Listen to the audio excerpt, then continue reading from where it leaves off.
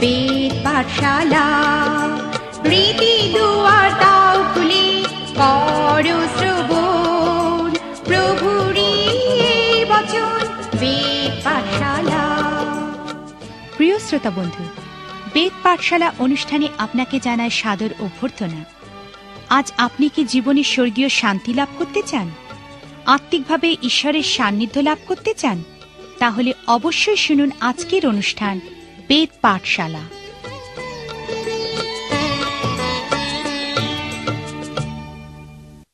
প্রিয় শ্রোতা বন্ধু, বেদ পাঠশালা অনুষ্ঠানে আপনাকে স্বাগত জানাই। এই অনুষ্ঠানে আমরা বাইবেলের সবথেকে বড় অংশ ভাওবাদীগণের পুস্তকগুলির অধ্যয়ন শুরু করেছি এবং প্রথমেই আমরা সেই ভাওবাদীদের বিষয়ে আলোচনা করছি। যখন এই পৃথিবীতে ঈশ্বরের কাজ বাধাপ্রাপ্ত হচ্ছিল, তখন ঈশ্বর ভাওবাদী উত্থাপন করেছিলেন। ভাওবাদীর মুখ্য কাজ ছিল সেই বাধা সম্পর্কে চিৎকার করে বলা, যতক্ষণ না সেই বাধা অপসারিত হয়। আর যখন সেই বাধা অপসারিত হতো, তখন ঈশ্বরের কাজও আবার সঠিকভাবে সম্পন্ন হতো। গতদিনে আমি বলেছিলাম যে সমস্ত ভাওবাদীরা বই লিখেছিলেন, তারা 400 বছরের একটা সময়কালের মধ্যে জীবনযাপন করেছেন। কারণ ইব্রিয় ইতিহাসে এই সময় ঈশ্বরের লোকেরা দুটি প্রচণ্ড ভয়ঙ্কর সমস্যার মুখোমুখি হয়েছিল। সেই সমস্যা দুটি ছিল অসুরীয়দের হাতে ও বাবিল রাজের হাতে তাদের বন্দিত্ব শিকার। যতদিন না পর্যন্ত বাবিল রাজের হাত থেকে তারা রক্ষা পেয়েছিল এবং আবার ঈশ্বরের কাজ শুরু হয়েছিল, ততদিন পর্যন্ত সেই ভাওবাদীরা এই বিষয়ে প্রচার করেছিলেন। ঈশ্বরের এই কাজের মধ্যে দিয়েই জগতের পরিত্রাতা সেই মসীহ হয়ে এসেছিলেন। ভাওবাদী শব্দের আরেকটি সংজ্ঞা হল, এই শব্দটা দুটি শব্দের সমন্বয়ে তৈরি হয়েছে, যাদের অর্থ হল সামনে দাঁড়ানো এবং উজ্জ্বল হয়ে ওঠা। ভাওবাদীরা ঈশ্বরের লিখিত বাক্যের সামনে দাঁড়াতেন এবং তা উজ্জ্বল করে তুলতেন, যেন ঈশ্বরের লোকেরা ঈশ্বরের বাক্য বুঝতে পারে। ভাওবাদী মানুষকে নিজের জীবনে কিভাবে ঈশ্বরের বাক্য প্রয়োগ করতে হয় ও সেই বাক্যের প্রতি বাধ্য থাকতে হয় তা দেখিয়েছিলেন। এলীয় ভাওবাদী একজন মহান ভাওবাদী ছিলেন। তার সময় লোকেরা ঈশ্বরের থেকে দূরে সরে গিয়ে বালদেবের উপাসনা করত এবং ঈশ্বরের কাজ ক্ষতিগ্রস্ত হতো। সেই কারণেই ঈশ্বর এলীয় ভাওবাদীকে তুলেছিলেন এবং এলীয় ভাওবাদী এই বিষয়টি সমাধান না হওয়া পর্যন্ত প্রচার করেছিলেন।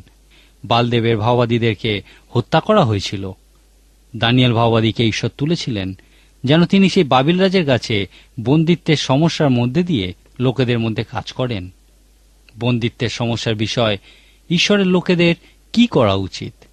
মনে করুন, কোনো কারণে এই পৃথিবীতে বিরাট একটা পরিবর্তন ঘটে গেল। কোনো একটা শক্তি সমস্ত পৃথিবী অধিকার করল এবং সমস্ত ধর্মীয় বিষয় নিষিদ্ধ করল। এক্ষেত্রে অনেকেই বলবে যে ঈশ্বর আর কোনো কিছুই করতে পারবে না।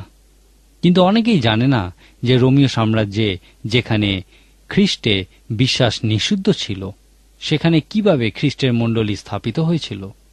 সমগ্র মণ্ডলীর ইতিহাসে সেই প্রথম 300 বছর মণ্ডলী যতটা শক্ত সবল ছিল, আর কোনো সময়ই তা দেখা যায় না। অথচ সেই সময়টাই খ্রিস্ট বিশ্বাসীদের কাছে সবথেকে কঠিন সময় ছিল। ঈশ্বর কখনোই চুপ করে থাকেন না। বাবিল রাজের হাতে বন্দিত্বের 70 বছর পর সেই দক্ষিণ রাজ্য, যাকে জিহুদা বলা হতো, তারা ফিরে এসেছিল। সেই জিহুদিরা 70 বছর ধরে শিখেছিল কিভাবে বন্দিত্বজনিত সমস্যার সম্মুখীন হতে হয়, যেন ঈশ্বর তার মনোনীত পবিত্র জাতি প্রস্তুত করতে পারেন। তারপর ঈশ্বর দানিয়েল ভাওবাদীকে তুলেছিলেন যেন তিনি এই বিষয়টা ঈশ্বরের লোকেদেরকে দেখাতে পারেন। দানিয়েল ভাওবাদী ওই 70 বছরই বাবিল দেশে ছিলেন। জেরুসালামের পতনের সময় তিনি যুবক ছিলেন। তিনি এবং জিহিজকেল ভাওবাদী সমবয়সী ছিলেন। ঈশ্বর সেই বন্দিত্বের মধ্যে তার মতো একজন যুবককে ভাওবাদী রূপে গড়ে তুলেছিলেন। আর ভাওবাদী হওয়ার উদ্দেশ্য ছিল যেন ঈশ্বরের লোকেরা দেখতে পায় যে কিভাবে বন্দিত্বের সমস্যার মুখোমুখি হওয়া যায়। আজকের দিনে যদি কোনো নাস্তিক শক্তি পৃথিবী অধিকার করে, তাহলে সমস্ত প্রচারকই অদৃশ্য হয়ে যাবে। দানিয়েল ভাওবাদীও এইরকমই একটা পরিস্থিতিতে ছিলেন এবং দেখিয়েছেন কিভাবে এই সমস্যার সম্মুখীন হওয়া যায়। এই একই কথা অন্যান্য ভাওবাদীদের ক্ষেত্রেও সমান সত্য। প্রত্যেকে আলাদা আলাদা ভাওবাদীর বিষয়ে অধ্যয়নের সময় নিজেকে প্রশ্ন করুন। যখন এই ভাওবাদীকে তোলা হয়েছিল তখন ঈশ্বরের কাজে কি ধরনের বাধা এসেছিল, কিভাবে এই ভাওবাদী সেই বাধা অপসারণ করেছিলেন এবং ঈশ্বরের কাজ আবার শুরু হয়েছিল। উদাহরণস্বরূপ আমরা হগয় ভাওবাদীর বিষয়ে দেখি, যিনি বাবিল দেশের বন্দিত্ব থেকে ফিরে আসার সময় কাজ করেছিলেন। সেই সময় ঈশ্বরের কাজ রূপে জেরুজালেম মন্দিরে পুনঃপ্রতিষ্ঠা হচ্ছিল। যখন ঈশ্বরের লোকেরা এই কাজ শুরু করেছিল, তাদেরকে ভয়ঙ্কর নির্যাতনের সম্মুখীন হতে হয়েছিল। এই নির্যাতন অত্যাচারের ফলে তারা ঈশ্বরের মন্দির নির্মাণ বন্ধ রেখে নিজেদের বাড়িঘর তৈরি করতে ব্যস্ত হয়ে পড়েছিল এবং ততদিন পর্যন্ত ব্যস্ত ছিল যতদিন না ঈশ্বর হগয় ভাওবাদীকে তুলেছিলেন। হগয় ভাওবাদী লোকেদেরকে বলেছিলেন, নিজেরা সুন্দর করে তৈরি করা সুসজ্জিত ঘরে থাকবে এবং ঈশ্বরের গৃহ ধ্বংসস্তূপ হয়ে থাকবে। সেটা কি ঠিক হবে? তিনি তাদেরকে আবার ঈশ্বরের কাজে ফিরিয়ে এনেছিলেন। তারা আবার ঈশ্বরের কাজকেই প্রাধান্য দিয়েছিল এবং নিজেদের বাড়িঘর তৈরি করা বন্ধ রেখেছিল, ঈশ্বরকে প্রধান স্থান দিয়েছিল। আর এইভাবেই আবার ঈশ্বরের কাজ শুরু হয়েছিল। পুরাতন নিয়মে ভাওবাদীদের পুস্তক জুড়ে আপনি তাদেরকে এইভাবেই কাজ করতে দেখবেন। নতুন নিয়মের পত্রগুলিতে ঈশ্বরের কাজের ক্ষেত্রে এই একই ধরন দেখতে পাওয়া যায়। নতুন নিয়মে ঈশ্বরের কাজ রূপে আমরা খ্রিস্টের মণ্ডলী নির্মাণ করাকেই দেখতে পাই। যখন ঈশ্বরের এই কাজে বাধার সৃষ্টি হয়েছে, ঈশ্বর একজন প্রচারককে তুলেছেন এবং তিনি একটি পত্র লিখেছিলেন। এই পত্রের উদ্দেশ্য ছিল সেই বাধার বিপক্ষে ততক্ষণ পর্যন্ত প্রচার করা যতক্ষণ না সেই বাধা অপসারিত হয় এবং ঈশ্বরের কাজ আবার শুরু হয়। ভাওবাদীদের জীবন অধ্যয়নের সময় প্রশ্ন করার মতো নতুন নিয়মের পত্রগুলিও অধ্যয়ন করার সময় নিজেকে প্রশ্ন করুন, এই সমস্ত বিষয়ের মধ্যে আমার জীবনে প্রয়োগ করার জন্য আমি কোন ধরনের ব্যক্তিগত আধ্যাত্মিক আবেদন দেখতে পাই। ঈশ্বর তার কাজ তার লোকেদের দ্বারাই সম্পন্ন করতে চান। সেই ভাওবাদী বা প্রেরিত প্রচারকদের সময়ের মতোই আজকের দিনেও ইহা সমান সত্য।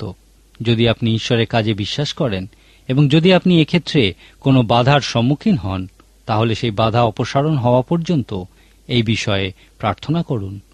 যখন আপনি এই বাধার সম্মুখীন হবেন, তখন সেই ভাওবাদী বা সেই প্রচারকের বই পড়ুন এবং সেখানে তারা সেই বাধার বিপক্ষে যেভাবে প্রচার করেছিলেন, আপনিও সাহসপূর্বক সেই উপদেশ প্রচার করুন। তারা যেভাবে তাদের সময়কার সমস্যার সমাধান করেছিলেন, হয়তো সেখান থেকে আপনি আপনার সময়কার সমস্যার সমাধান করার উপায় পেতে পারেন। হয়তো ঈশ্বর আপনাকেই সেই ভাওবাদী হওয়ার জন্য আহ্বান করছেন, যে সেই বাধা অপসারণ হওয়া পর্যন্ত তার বিপক্ষে প্রচার করবে এবং ঈশ্বরের কাজ সুষ্ঠুভাবে সম্পন্ন হবে। ঈশ্বর আমাদের জীবনে কাজ করতে চান।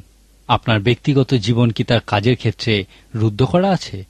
যদি তাই হয়, তাহলে আপনি এই ভাওবাদীদের বইগুলি থেকে দেখুন কিভাবে আপনি সেই বাধা আপনার জীবন থেকে দূর করতে পারেন, যেন ঈশ্বর আপনার জীবনে কাজ করতে সক্ষম হন। পুরাতন নিয়মে এবং নতুন নিয়মে যে ধরনের বাধার কথা বলা হয়েছে তা এক নয়। ঈশ্বর বিভিন্ন বিষয়কে বাইবেলে জায়গা দেওয়ার ক্ষেত্রে খুবই সতর্ক ছিলেন। আপনার নিশ্চয়ই মনে আছে 4টে সুসমাচারের কথা আমরা বলেছিলাম, যে এই সুসমাচারগুলির 89টি অধ্যায়ে যীশু খ্রিস্টের জীবনী ব্যাখ্যা করা হয়েছে। এখন সুসমাচার অনুযায়ী যীশু খ্রিস্টের জীবন সম্পর্কে গুরুত্বপূর্ণ বিষয়টি কি? এই 89টি অধ্যায়ের মধ্যে 4টি অধ্যায়ে যীশু খ্রিস্টের জন্ম ও তার জীবনের প্রথম 30 বছরের বিষয় বলে। বাকি 85টি অধ্যায় তার জীবনের বাকি 3টি বছরের বিষয় বলে এবং ইহার মধ্যে 27টি অধ্যায় তার জীবনের শেষ সপ্তাহটির বিষয় বলে।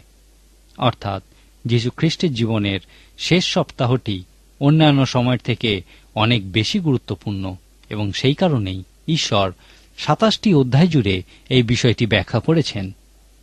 এই জন্যই আমরা ভাওবাদীদের বিষয়ে অধ্যয়ন করি, কারণ তারা প্রকৃতই গুরুত্বপূর্ণ মানুষ। এই ভাওবাদীদের বইগুলি বাইবেলের সব থেকে বড় অংশ। সাধারণত মানুষেরা পবিত্র শাস্ত্রের মধ্যে ভাওবাদীদের বিষয় সব থেকে কম জানে, যদিও বাইবেলে এই বিষয় সব থেকে বেশি অধ্যায়, বেশি পদ দেওয়া হয়েছে। যদি আপনি বিশ্বাস করেন যে ঈশ্বর বিভিন্ন বিষয়কে বাইবেলে জায়গা দেওয়ার বিষয়ে খুবই সতর্ক ছিলেন, তাহলে এই বিষয়টি কতটা গুরুত্বপূর্ণ আপনি তা সহজেই উপলব্ধি করতে পারবেন। এখানে আপনি ঈশ্বরের কাজের ক্ষেত্রে যে ধরনের বাধার বিষয় দেখতে পাবেন, আপনার ব্যক্তিগত জীবনেও আপনি সেই একই বাধা দেখতে পাবেন। এই বিষয়ে আপনি বাইবেলে অন্য আর কোথাও দেখতে পাবেন না। এখন এই ভাওবাদীদের ক্ষেত্রে তাদের ঐতিহাসিক প্রেক্ষাপট জানা খুবই প্রয়োজনীয়। বাইবেলের বইগুলি কবে লেখা হয়েছিল সেই বিষয়ের উপর ভিত্তি করে নয়, কিন্তু তাতে কি লেখা আছে সেই বিষয়ের উপর ভিত্তি করেই পরপর সাজানো হয়েছে। এখন এই ভাওবাদীদের ক্ষেত্রে ইতিহাস বিষয়ক বইগুলিতে তাদের স্থান কোথায়, সময় অনুযায়ী কিভাবে আপনি তাদেরকে পরপর সাজাবেন? আমি এই বিষয়ে মোটেই একজন পণ্ডিত ব্যক্তি নই, কিন্তু আমি তাদের ঐতিহাসিক প্রেক্ষাপটের বিষয়ে কিছু তথ্য দেওয়ার চেষ্টা করব। তাদেরকে ভালোভাবে বোঝার জন্য আপনাকে খুব সামান্যই কিছু ঐতিহাসিক ঘটনা জানতে হবে।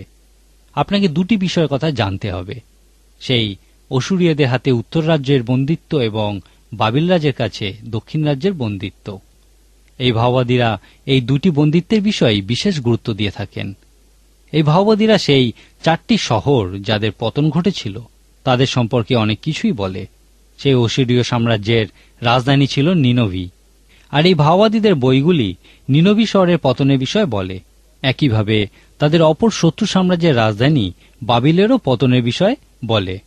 উত্তর রাজ্যের রাজধানী ছিল সমরিয়া, এবং এই সমরিয়ার পতনের বিষয়েও আমরা এখানে দেখতে পাই। দক্ষিণ রাজ্যের রাজধানী ছিল জেরুসালেম।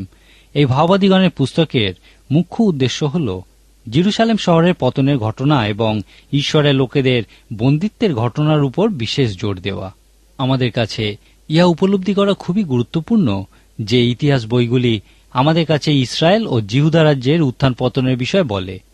কাব্যিক বইগুলি ঈশ্বরের লোকেদের রাজ্যের স্বর্ণযুগের কথা বলে, ইহা ওই রাজ্যের উত্থানের বিষয় বলে, কিন্তু এই ভাওবাদীদের বইগুলি ওই রাজ্যের পতনের উপরই বেশি জোর দেয়। আমি আরেকবার বলি যে ওই সমস্ত ভাওবাদীরা সেই অন্ধকারময় 400 বছরে কাজ করেছিলেন যখন উত্তর রাজ্য এবং দক্ষিণ রাজ্য অন্যদের বন্দিত্ব স্বীকার করতে বাধ্য হয়েছিল।